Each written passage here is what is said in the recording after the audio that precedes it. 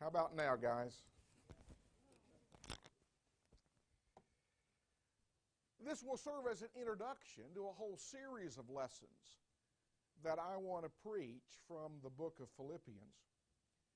As I'm sure you know, it's one of the most uplifting and encouraging letters in all the New Testament, and I think we need that kind of encouragement right now. But the letter also warns us of certain dangers that are potential dangers in the 21st century, just as they were in the first. It's a letter that urges humility and peace and unity, and churches of Christ need those kinds of admonitions today just as much as did the Philippians. I want to begin our study by reminding you of how it was that Paul brought the gospel to the city of Philippi. Paul went out on his first missionary journey and established churches in the southern part of what is now modern-day Turkey. He came back from that first missionary journey. There was the controversy in Antioch about whether or not Gentiles needed to submit to circumcision and the law of Moses. And so the apostles and the elders met to talk about that particular issue in Jerusalem. It was after the Jerusalem conference and after Paul spent some time in Antioch that he suggested to Barnabas that they go and they revisit the churches that they had established on the first missionary journey. No doubt you remember that Barnabas wanted to take John Mark along, and Paul wasn't interested in that because John Mark had turned back and gone back home on the first missionary journey. So Paul selected Silas, and Barnabas went with John Mark back to the island of Cyprus that they visited on the first missionary journey. And so it's interesting to me that because of that disagreement, really the gospel was preached again in Cyprus, and Paul and Silas revisited these churches that they established on the first missionary journey. Paul wanted to preach the gospel in areas further north, and the Holy Spirit forbade him to do that. And so he travels on to Troas, and it was in Troas that he received that vision of a man from Macedonia saying, "Come over to Macedonia and help us." Well, Paul interpreted that vision as an indication that the Lord had called him to go and preach the gospel in Macedonia. So Paul and Silas and Timothy and Luke sailed from Troas across the Aegean Sea to the port city of Neapolis, and they came to the city of Philippi. I want to talk with you a little bit about the city itself, and then the church in Philippi, and then Paul's letter to the Philippians. Those 3 points will serve as the structure of our study this morning. Let me begin by noting that Philippi was an important city in Macedonia with a rather illustrious history. It was renamed for Philip of Macedon in about 356 BC. So now stop for a moment and think about that. By the time Paul visited Philippi, this city had been in existence for over 400 years. It came under Roman control in 168 when the Romans came in and captured that particular area. And then in 42 BC, there was a famous battle that was fought near Philippi. A battle between Caesar's armies, Mark Antony and Octavian, who later became the first emperor, Augustus, fighting against Brutus and Cassius, those who had murdered Julius Caesar. You remember that history, I'm sure. Well, following that, the city was made a Roman colony. And that's important. What that means is that Philippi really was a miniature version of Rome itself. The city was exempt from taxation. It was constructed after the pattern of the city of Rome. It was the foremost city in this particular area. Those who lived in the city had all of the rights of a Roman citizen. So even though Macedonia was not Italy, the people who lived in Philippi were considered to be citizens of Rome. They were exempt from scourging and arrest except in extreme cases. They had the right to appeal to the emperor. Philippi was located about 10 miles inland from Neapolis, which served as the port city for the city of Philippi. And Philippi was located on the Egnatian Way, the main east-west highway stretching from Byzantium in the east through northern Greece to the coast, where you would sail across to the city of Brindisium in Italy and then make your way on to Rome. I was a little surprised to learn that scholars estimate that the population of the city of Philippi in the time of Paul was somewhere between 200,000 to 500,000 people. Does that surprise you? It surprised me. I went online and checked, and in 2020, the population of Kansas City, Missouri, is 501,957, and the population of Salt Lake City is a little over 200,000. So that's what we're talking about. We're talking about a city somewhere between the size of Salt Lake City, Utah, and Kansas City, Missouri.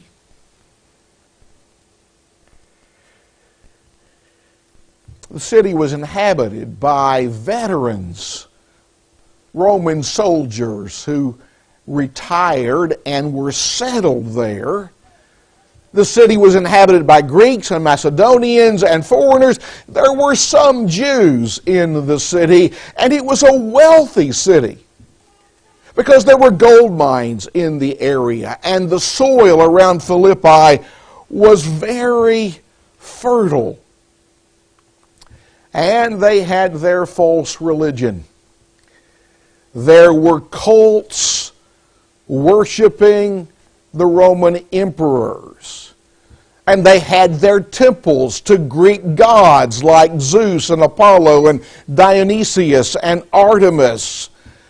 And the Egyptian cult had a presence in the city of Philippi. And the Phrygian cult. Here is kind of a map laying out the city, and you can see right there was a sanctuary to Egyptian gods. There's a Hellenistic temple. There's the theater, the forum. The Egnatian Way runs right through the city, and there's a map showing Byzantium here, and then all the way across northern Greece. That's the Egnatian Way, a major highway. And there's still evidence of that highway even today. And you can visit Philippi and see the ruins of the Forum and the Agora, the marketplace, and the Acropolis. And there's the theater. Let me mention quickly that it's the size of a theater in these ancient cities that helps scholars estimate the population of the city. If I'm remembering correctly, they kind of figure that if that if a theater would seat, let's say 25,000 people, the city was maybe 10 times larger than that. And the Ganges River is just outside Philippi, probably where Lydia met with some other women and heard the gospel preached, and she was baptized into Christ.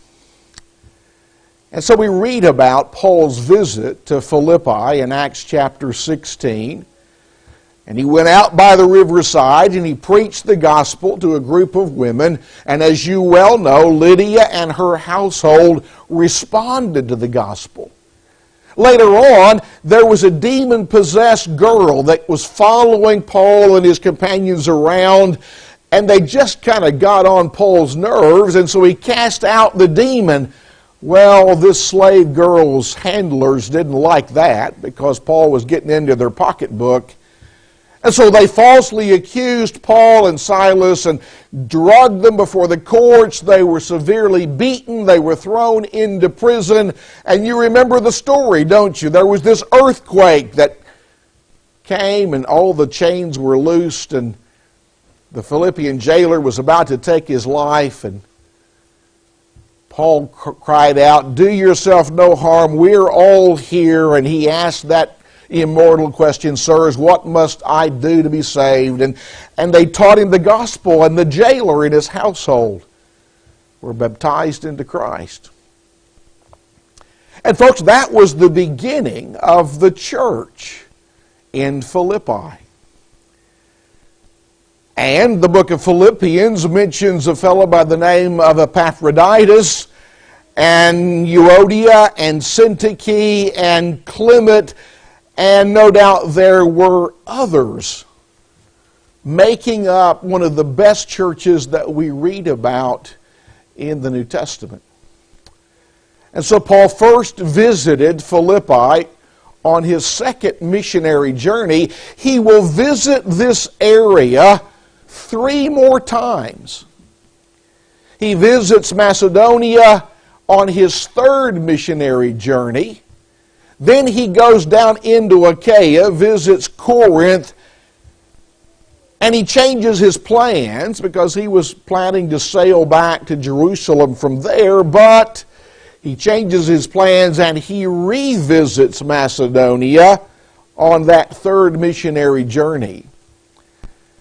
And then if the book of 1 Timothy was written after Paul's first Roman imprisonment, and many scholars believe that it was, I believe that it was, Paul revisited Macedonia after that first Roman imprisonment, because he tells Timothy in 1 Timothy 1 verse 3, "As I urged you when I went into Macedonia, remain in Ephesus, that you may charge some that they teach no other doctrine."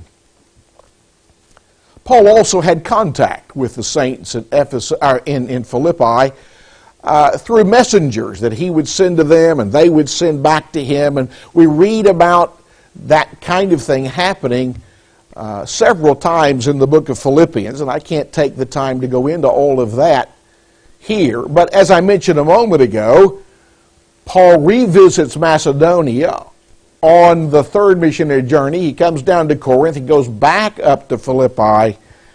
So Paul had several contacts with the saints in this particular city. The New Testament tells us several important things about the church in Philippi that I want to remind you of at this point in our study. The New Testament teaches that the saints in Philippi made up an evangelistic congregation.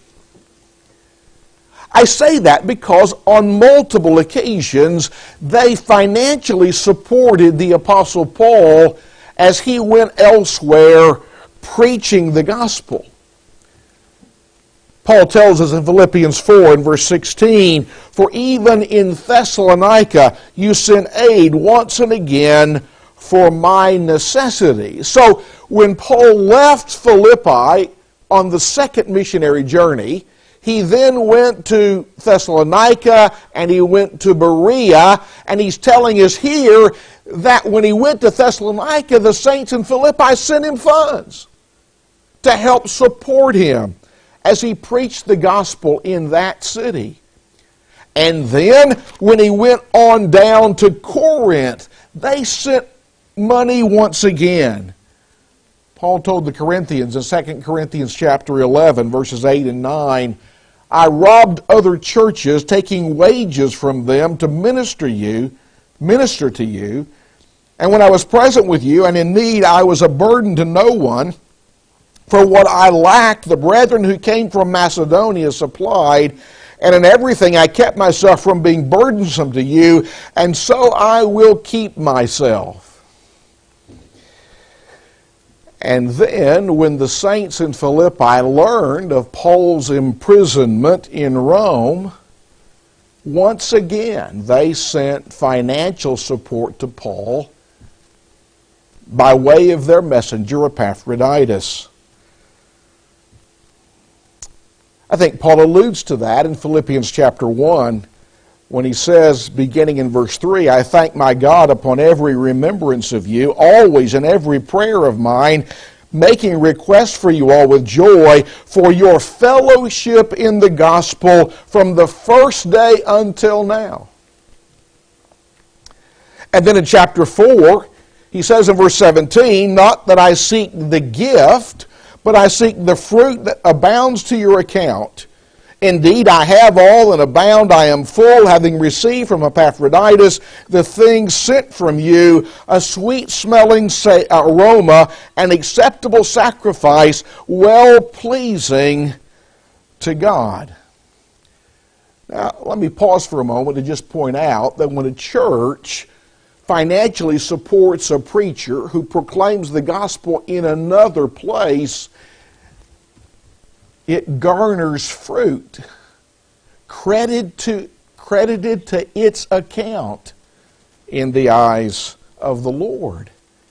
And Paul describes financial support like that as a sweet aroma that goes up to the Lord as an acceptable sacrifice, well-pleasing to Him. And so the church in Philippi supported the preaching of the gospel in other places. And the church was a benevolent congregation because they assisted the needy saints in Jerusalem. Paul talks about that in 2 Corinthians chapter 8 when he says, beginning in verse 1, moreover, brethren, we make known to you the grace of God bestowed on the churches of Macedonia. Now, Corinth is down in Achaia. Philippi was up there in Macedonia. And so Paul is talking about God's grace being bestowed on those Macedonian churches. Notice what he says in verse 2, that in a great trial of affliction, and the abundance of their joy and their deep poverty abounded in the riches of their liberality. So the Philippian church sent money to help the needy saints in Jerusalem even though they were poor. And Paul goes on to say in verse 3, for I bear witness that according to their ability, yes, and beyond their ability, they were freely willing, imploring us with much urgency that we would receive the gift and the fellowship of the ministering to the saints. Paul has just said they really gave beyond their ability. And they urged Paul to accept their gift. I infer from that Paul may have been rather hesitant, thinking, folks, you're really doing more than you can do. But they urged Paul to accept their gift. Remember, this is predominantly a Gentile church. And they're sending money to assist their needy Jewish brethren in Jerusalem. Brethren that they almost certainly had not met. Oh, they might have met a few, but they certainly hadn't met the saints in Jerusalem. And so I suppose from what I've already said, the next point is they were a caring congregation.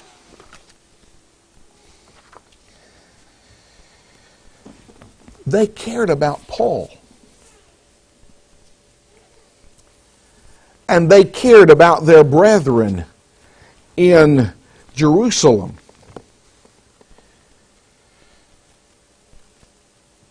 Notice what Paul says in Philippians chapter 4 and verse 10. But I rejoiced in the Lord greatly that now at last your care for me has flourished again. Though you surely did care, but you lacked opportunity. Paul cared deeply about the saints in Philippi. That is obvious from something that he says in chapter 1, verse 7 and 8, just as it is right for me to think this of you all, because I have you in my heart. We know what that kind of language means, don't we? Inasmuch as both in my chains and in the defense and confirmation of the gospel, you all are partakers with me of grace. For God is my witness how greatly I long for you all with the affection of Jesus Christ. Paul cared about these Christians, and they cared about him.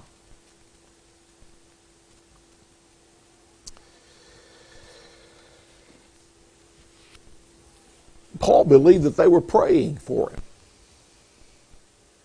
Now remember, Paul's in prison in Rome, writing to the saints in Philippi.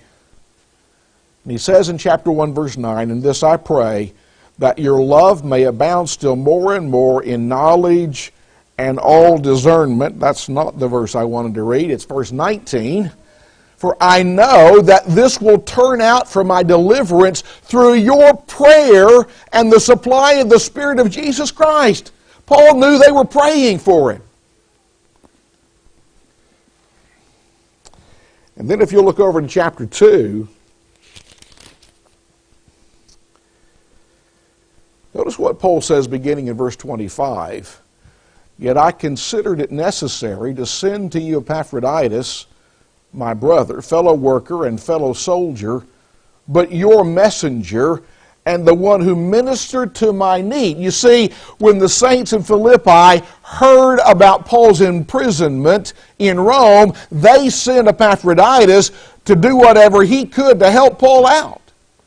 And he brings this gift, this financial support with him. But now notice verse 26. "Since he was longing for you all and was distressed, because you had heard that he was sick. For indeed he was sick almost unto death, but God had mercy on him, and not only on him, but on me also, lest I should have sorrow upon sorrow.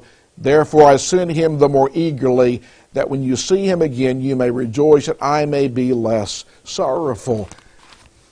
So when the saints of Philippi hear that Epaphroditus is sick, and he was so sick he almost died, they're distressed about that. And when Epaphroditus hears that they're distressed, he's distressed about their distress. They cared about one another.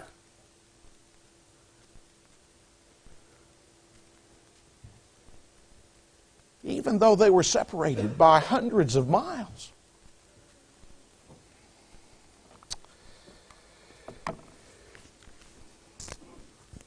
Paul writes this letter to the church in Philippi about 10 years after the church was established. And please notice that he addresses this letter to all the saints in Christ Jesus who are in Philippi with the bishops and deacons. So within a relatively short period of time, the church in Philippi was able to appoint elders and be fully organized as the Lord intends for local churches.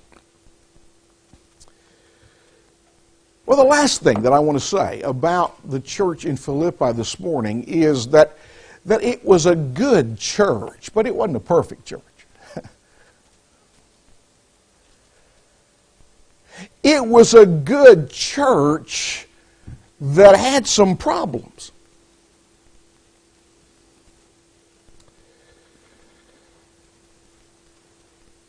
And I think that's evident by the kind of admonitions that Paul gives them in this letter. Throughout the letter, Paul urges the Philippians to be humble and to be united. Look at chapter 1 and verse 27. Only let your conduct be worthy of the gospel of Christ, so that whether I come and see you or am absent, I may hear of your affairs, that you stand fast in one spirit, with one mind, striving together for the faith of the gospel. Some time back, I preached a lesson based upon the first 4 verses of Philippians chapter 2. I had not decided to do this series at that point, so I'm not going to re-preach that sermon. You can relax. But he urges the saints in Philippi to be of the same mind, to put the welfare of others above their own. Would that suggest to you that maybe they weren't doing that? Maybe they weren't as humble and as united as they really needed to be. In chapter 1 and verse 28, Paul says, and not in any way terrified by your adversaries, which is to them a proof of perdition, but to you of salvation, and that from God. The very fact that Paul says, don't be terrified by your adversaries, tells us what? Well, they had some adversaries, right? And the fact that he says don't be terrified about that may be an indication that they were more fearful about all of that than they really should have been. And then look at chapter 2, verses 14 and 15. Do all things without complaining and disputing, that you may become blameless and harmless, children of God without fault in the midst of a crooked and perverse generation, among whom you shine as lights in the world. I was reading that passage this morning,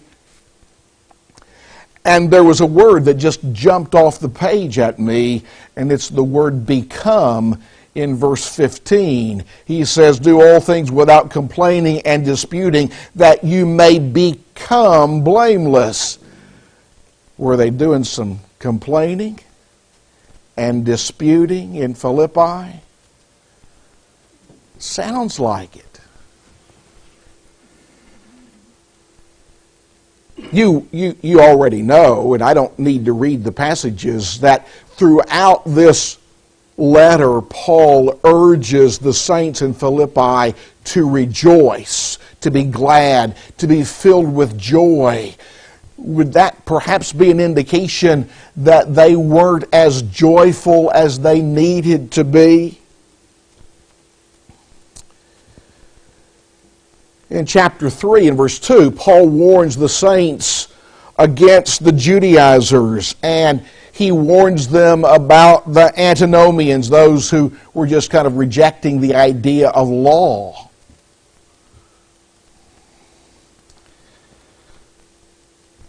So it would seem to me that either they were having to deal with these false teachers, or Paul knew that it was quite likely that they would have to deal with them at some time in the future. And then notice in chapter 4 and verse 2, Paul says, I implore Euodia and I implore Syntyche to be of the same mind in the Lord. What does that tell us? Well, it probably tells us that they weren't of the same mind.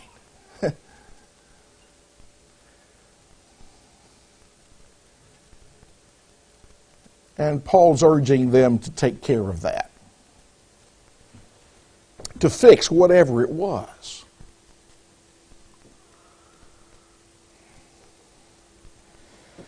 In chapter 4 and in verse 6, Paul says in a well-known passage, "Be anxious for nothing, but in everything, by prayer and supplication with thanksgiving, let your requests be made known to God, and the peace of God, which surpasses all understanding, will guard your hearts and your minds through Christ Jesus." Would that be an indication that there was some undue anxiety in the hearts and minds of the saints in Philippi? And then notice what he says in verse 8, "Finally, brethren, whatever things are true, whatever things are noble, whatever things are just, whatever things are pure," I hate buzzers, "whatever things are lovely, whatever things are of good report, if there is any virtue and if there is anything praiseworthy, meditate on these things." Do you suppose that those words of the Apostle Paul might be an indication that some in the church at Corinth were engaging in what some have called some stinking thinking?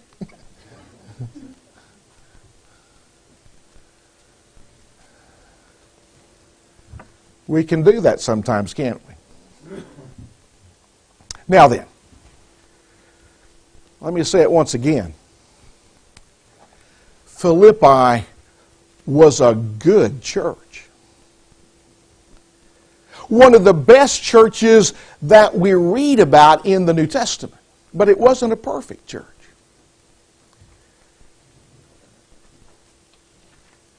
They had some problems. They had some difficulties that they needed to work through. There were some things that they needed to improve.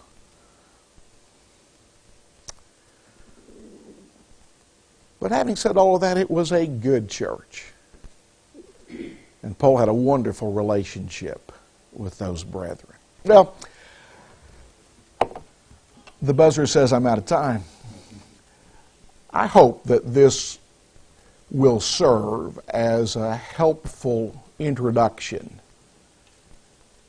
to Paul's letter, and that perhaps I've whetted your appetite as we look more deeply at what Paul says to these Christians. Thank you.